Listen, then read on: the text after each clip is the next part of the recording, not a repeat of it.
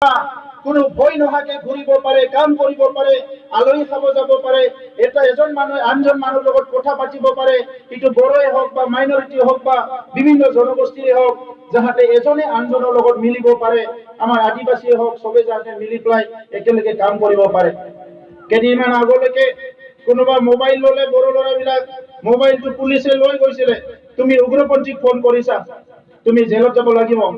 বিভিন্ন সমস্যা আছিল আমাৰ মাজত, আৰু এই চুক্তিটো হৈ যোৱাৰ পিছত এতিয়া আপুনি দিনে নিশা ঘূৰিব পাৰিব, কাম কৰিব পাৰিব, আৰু আপোনাৰ কোনো মটৰচাইকেলত গাড়ীত আৰু উঠাই লৈ নাযায়, এইখিনি নিশ্চিত থাকক। এনেকুৱা এটা পৰিৱেশ আমি পাবলৈ সক্ষম হৈছো। ইয়াৰ বাহিৰে ৰাইজ, এই চুক্তিৰ দ্বাৰা আৰু আমি বহুত কিবা কিবি পাবলৈ সক্ষম হৈছো। উত্তৰ পূৰ্বাঞ্চলত এখন ৰাজ্যত এখন বিশ্ববিদ্যালয় আছে, ইউনিভাৰ্চিটি।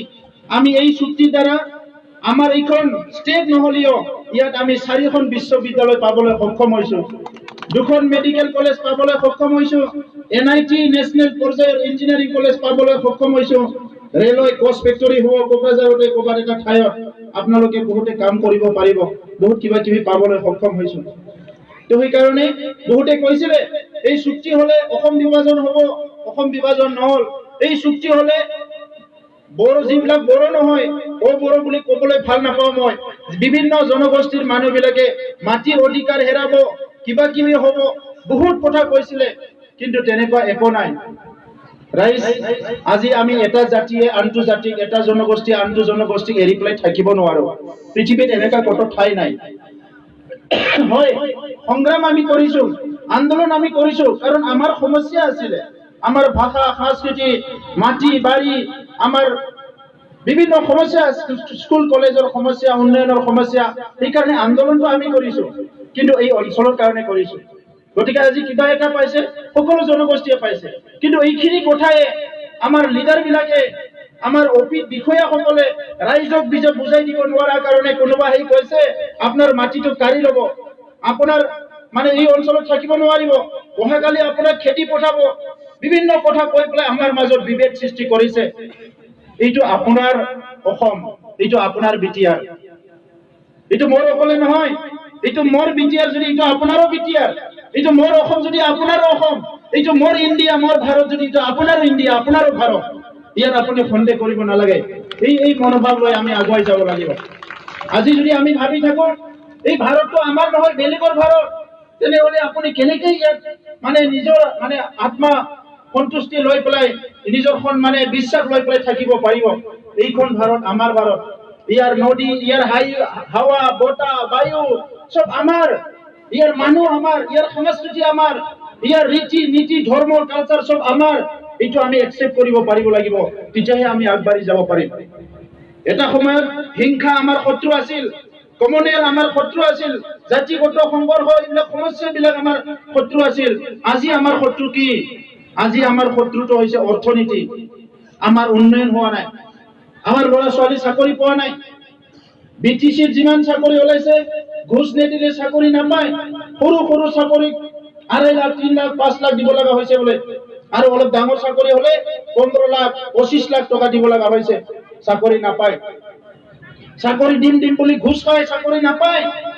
নিম্ন লেভেলৰ উন্নয়ন হোৱা নাই, আইওৱা ঘৰৰ পৰা, জব কাৰ্ডৰ পৰা আদি কৰি কেতিয়াও সেইবিলাক ৰেগুলাৰ হোৱা নাই। আজি ভাৰত চৰকাৰৰ ভাল আঁচনি আছে, অসম চৰকাৰৰ ভাল আঁচনি আছে, সেইবিলাক ইয়াত ৰূপায়ণ হোৱা নাই। অসম চৰকাৰ, ভাৰত চৰকাৰে ৰাস্তা, দলং বনোৱা, বিল্ডিং, অফিচ বনোৱাটো অসম চৰকাৰ, ভাৰত চৰকাৰৰ দায়িত্ব, কিন্তু BTC চৰকাৰৰ দায়িত্ব কি আছিলে? এই দৰিদ্ৰ গৰীব মানুহবিলাক, এই আনএমপ্লয়ড যিবিলাক ল'ৰা ছোৱালী আজি চাকৰি বাকৰি নাই, যাৰ হাতত ডিগ্ৰী আছে, BA পাছ, MA পাছ, সেই সকলক সংস্থাপন দিয়াটো BTC চৰকাৰৰ দায়িত্ব আছিল, কিন্তু কিমানজনক সংস্থাপন দিব পাৰিলে?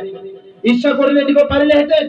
এতিয়ালৈকে BTCত আৰম্ভণিৰ পৰা হিচাপ কৰিলেও নাই বুলিও 4,000 পৰা 5,000 কোটি টকা আহিছে, কিন্তু এইখিনি কাম যদি কৰিলেহেঁতেন, ইয়াত বহুত কাম কৰিব পাৰিলেহেঁতেন, কিন্তু তেখেতসকলৰ মানে এই চিন্তাটো নাই, মানে ৰাইজৰ কাৰণে কাম কৰা চিন্তাটো নাই। ৰাস্তা দলং বনাই কেনেকে পইচা খাব পাৰে, নিজৰ কাৰণে কেনেকে পুঁজি বনাব পাৰে, ইয়াতে চিন্তা কৰিছে।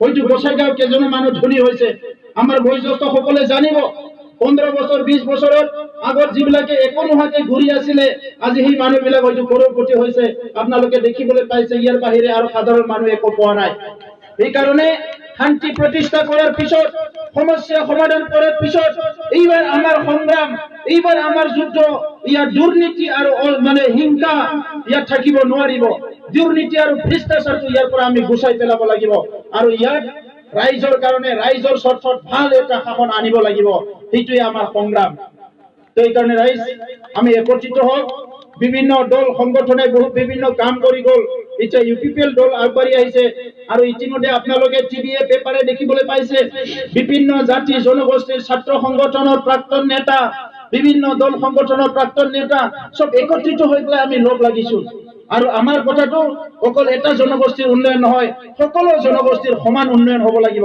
সকলো সমান নিৰাপত্তা পাব লাগিব এই জনগোষ্ঠীয়ে খাব পাইছে যদি ইও পাব লাগিব ইয়াৰ উন্নয়ন হৈছে যদি ইয়াৰো হ'ব লাগিব এই কাৰণে এই সৰকাৰটো কোনবা দুজনমান ব্যক্তি আৰু নেতাৰ পৰা গুছাই পেলাই এইটো ৰাইজৰ সৰকাৰ কৰিব লাগিব তেতিয়াহে ৰাইজৰ উন্নতি হ'ব তো এই কাৰণে ৰাইজ মই বহুত বেছি দীঘলীয়া আজি ক'ব বিচৰা নাই আপোনালোকক লগ পাই পেলাই খুব ভাল পালো যে ইয়াত বিশেষকৈ এই শ্ৰীৰামপুৰ অঞ্চলত আমি এটা বিজনেছৰ কাৰণে খুব ভাল এটা ঠাই এইটো মানে গোটেই